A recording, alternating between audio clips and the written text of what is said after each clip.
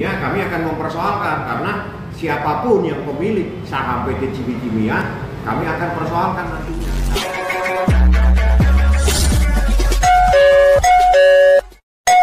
Terungkap. Ini nama istri pertama konglomerat Eka Cipta Wijaya. Abadikini.com, Jakarta. Sengketa warisan anak-anak dari konglomerat Sinarmas Eka Cipta Wijaya masih berlanjut. Salah satu anaknya, Freddy Wijaya, menggugat lagi kelima saudara tirinya dan satu sekretaris Eka Cipta. Fahmi Bahmid, kuasa hukum penggugat Freddy Wijaya, menegaskan bahwa para tergugat yang juga merupakan saudara tiri Freddy Wijaya, yakni Teguh Ganda Wijaya, Indra Wijaya, Mukhtar Wijaya, Jafar Wijaya, dan Franky Usman Wijaya, melalui kuasa hukumnya selalu memberikan pernyataan bahwa penggugat Freddy Wijaya itu anak zina. Padahal terang dia, tanpa disadari sesungguhnya para tergugat juga termasuk anak zina. Sebab, lanjut Fahmi mengungkapkan, berdasarkan data yang didapat dari Dinas Kependudukan dan Pencatatan Sipil Kabupaten Minahasa bahwa surat tersebut menyatakan sebelum adanya ibu tergugat, Eka Cipta Wijaya pertama kali menikah dengan Oi Melinio pada tahun 1951. Setelah itu baru almarhum Eka Cipta Wijaya menikah dengan ibunya para tergugat, Trini Dewi Lasuki, di Catatan Sipil Makassar tahun 1953.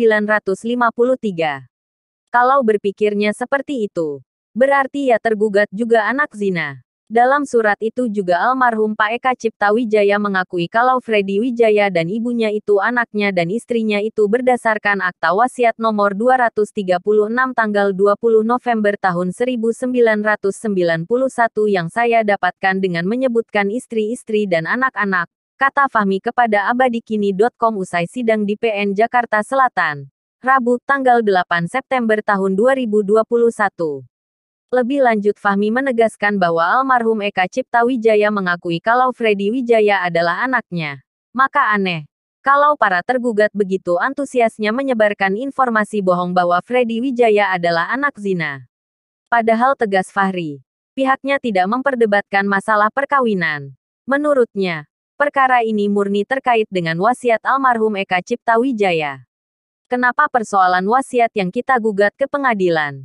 Karena ada persoalan yang paling prinsip, ada kalimat, apabila ada harta almarhum Eka Cipta Wijaya, maka harta tersebut akan dikelola atau diserahkan kepada 4 orang yang sekarang jadi tergugat. Itu intisarinya. Terkait dengan sisa hartanya. Nah, sisa hartanya itu apa yang tidak dijelaskan sampai sekarang, ujarnya.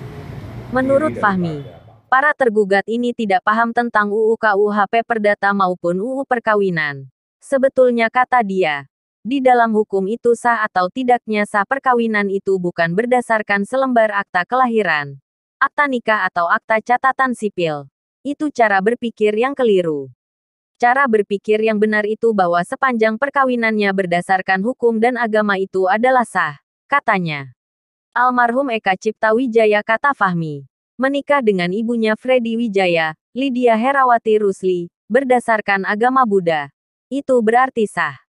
Nah, kalau menggunakan cara berpikirkannya para tergugat yang menyatakan bahwa Freddy Wijaya anak zina, maka para tergugat juga menurut data yang didapatnya, para tergugat juga itu anak zina, tegas Fahmi.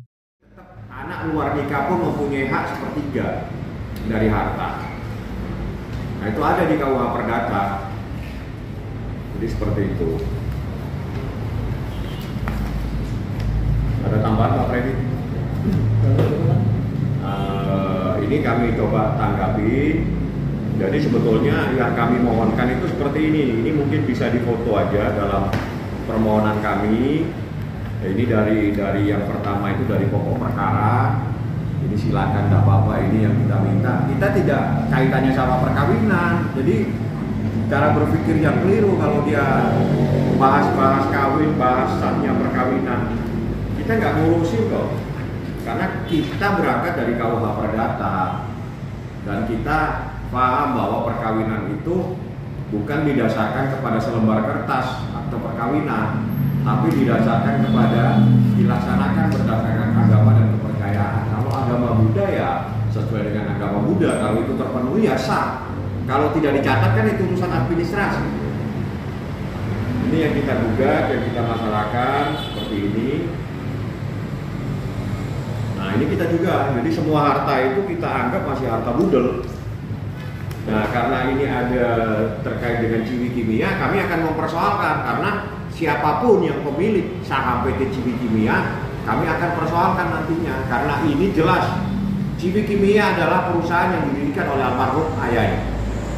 Nah, sekarang Ciwi Kimia itu seperti apa, itu yang kami akan kejar dan kami akan persoalkan. Tidak menutup kemungkinan kami pun juga akan melaporkan kepada pihak aparat kepolisian.